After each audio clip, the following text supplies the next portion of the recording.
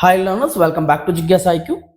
22 मार्च को आपका अकाउंट का पेपर है और उम्मीद करता हूं कि आपकी तैयारी बहुत अच्छी चल रही होगी। आज मैं एक मॉडल क्वेश्चन पेपर सोल्व करने वाला हूं।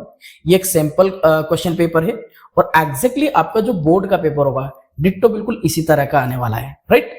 ऐसा ही पेपर आपको आपकी एग्जाम में देखने को मिलेगा। क्वेश्चंस उसमें थोड़े अलग होंगे, राइट। सो एमपी बोर्ड में आपका जो 22 मार्च को पेपर होने वाला है वो पेपर कैसा होगा, कितने मार्क्स के ऑब्जेक्टिव्स आएंगे, कैसे ऑब्जेक्टिव्स आएंगे, ये सारी चीजें आप इसमें देखोगे। साथ ही साथ आज उन ऑब्जेक्टिव्स का आप सॉल्यूशन भी देखने वाले हो, राइट। सो कुछ फ्रंट जो रहेगा कुछ इस टाइप का रहेगा जैसा कि आप अभी स्क्रीन पर देख पा रहे हो। और इसके बाद जो आपका पहला क्वेश्चन होगा वो होगा select the correct answer of the following.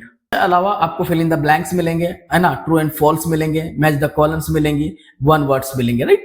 सो आज स्टार्ट करते हैं इसी क्वेश्चंस को आंसर्स के साथ इस वीडियो को, राइट। तो आज मैं आपको सोल्व करवा रहा हूं इन ऑब्जेक्टिव क्वेश्चंस को। सो स्टार्ट करते हैं आज के इस वीडियो को क्वेश्चन नंबर 1 के साथ, select the correct answer of the following, right. तो बढ़ते हैं फर्स्ट क्वेश्चन की तरफ। फर्स्ट क्वेश्चन है the relationship of partnership with the firm is. तो पार्टनर की फर्म के साथ जो रिलेशनशिप होती है वो एक as a owner and agent के रूप में होती है, राइट।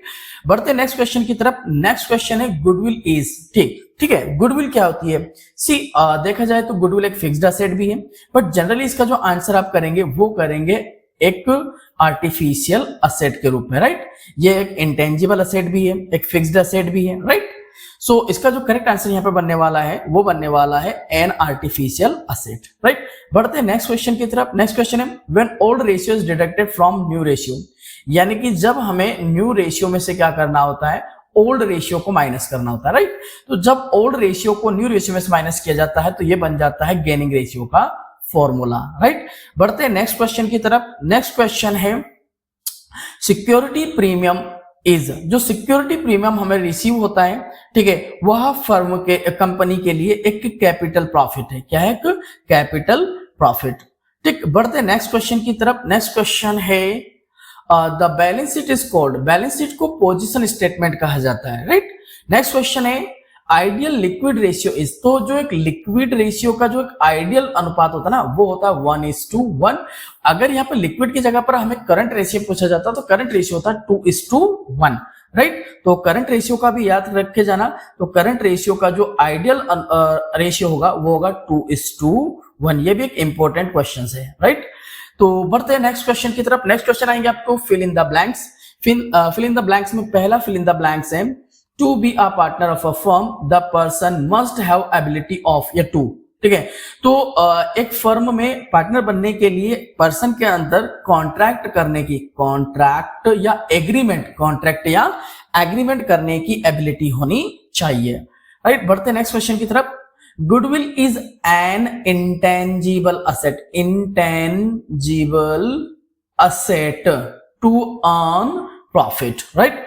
नेक्स्ट क्वेश्चन बनेगा The balance of share forfeited account is shown in ...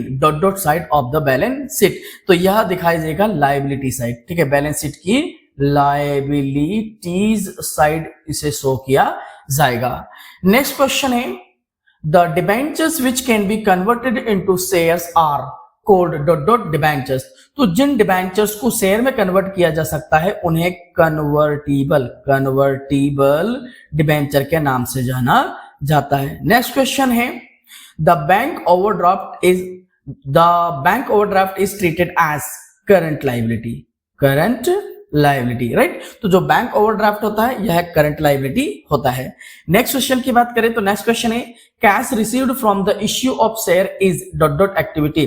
तो यह एक फाइनेंसिंग एक्टिविटी है, फाइनेंसिंग एक्टिविटी है, राइट। बढ़ते हैं नेक्स्ट क्वेश्चन की तरफ। नेक्स्ट क्वेश्चन है ट्रू एंड फॉल्स का।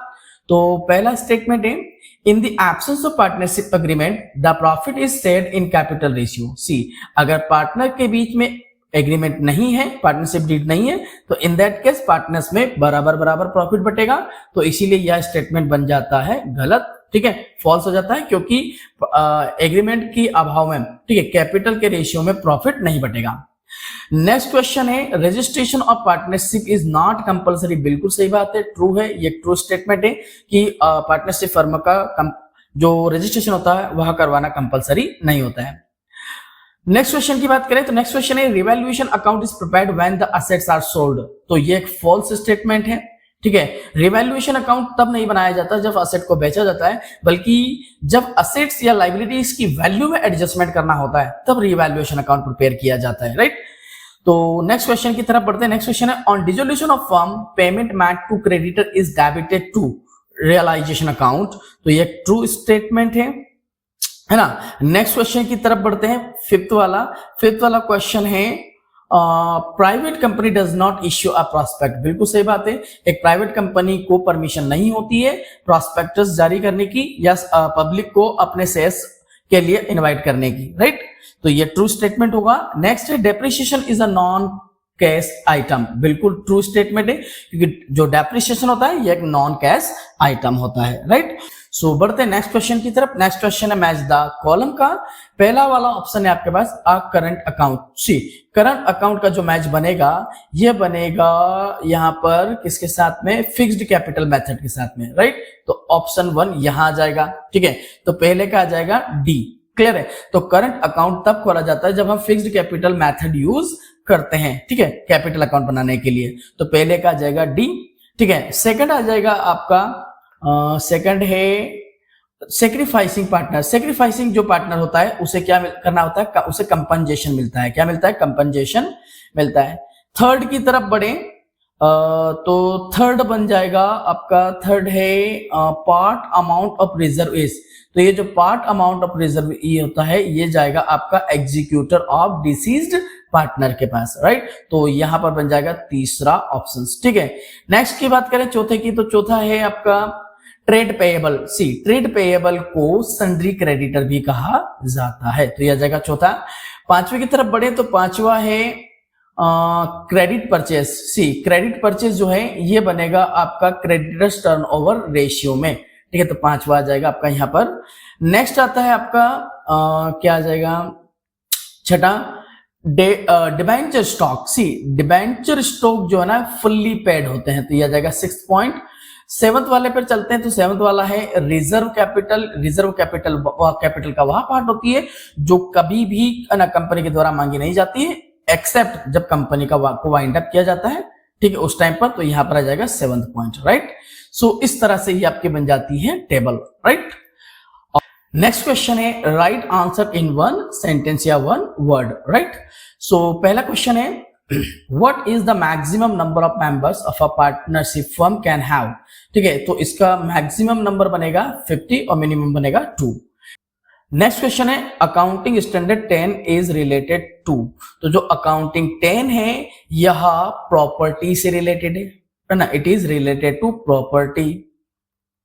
प्रॉपर्टी के अलावा प्लांट, ठीक है, इसके अलावा जितने भी हमारे पास इक्विपमेंट्स होते हैं फर्म में, ठीक है, उनसे रिलेटेड होता है। ठीक, तो प्रॉपर्टी प्लांट एंड इक्विपमेंट से रिलेटेड होता है अकाउंटिंग स्टैंडर्ड नंबर 10। बढ़ते हैं थर्ड क्वेश्चन की तरफ। थर्ड है the document which is related with the internal management of a company is called. तो इसे कहते हैं article of association. Article of association, right. चलिए बढ़ते हैं नेक्स्ट क्वेश्चन की तरफ। Next time sale of forfeited share is called. तो सेल ऑफ फॉरफिटेड शेयर, तो जो शेयर हम फॉरफिट कर चुके हैं इसको वापस रीइश्यू करना क्या कहलाता है, इसको रीइश्यू कहलाना। ठीक है, तो इसे कहते हैं रीइश्यू ऑफ शेयर्स। ठीक, चलिए बढ़ते हैं नेक्स्ट क्वेश्चन की तरफ। Under which heading profit of company is shown in the balance sheet. तो यह शेयर होल्डर्स इक्विटी वाले हेडिंग में दिखाया जाता है। कहां पर, share holders equity fund, equity fund में, राइट, या इक्विटी वाले हेडिंग में शो किया जाता है प्रॉफिट को, जो भी रिटेन प्रॉफिट होता है उसको। नेक्स्ट आता है what type of activity of cash flow is receipt of cash from customer. तो अगर आप कस्टमर से कैश आपको रिसीव हो रहा है, यानी कि आप उसको कुछ माल दे रहे होंगे, तो ये एक प्रकार की ऑपरेटिंग एक्टिविटी है। ऑपरेटिंग एक्टिविटी है, ऑपरेटिंग एक्टिविटी कहलाएगी। नेक्स्ट है and the last one is issue of share at a price higher than its face value.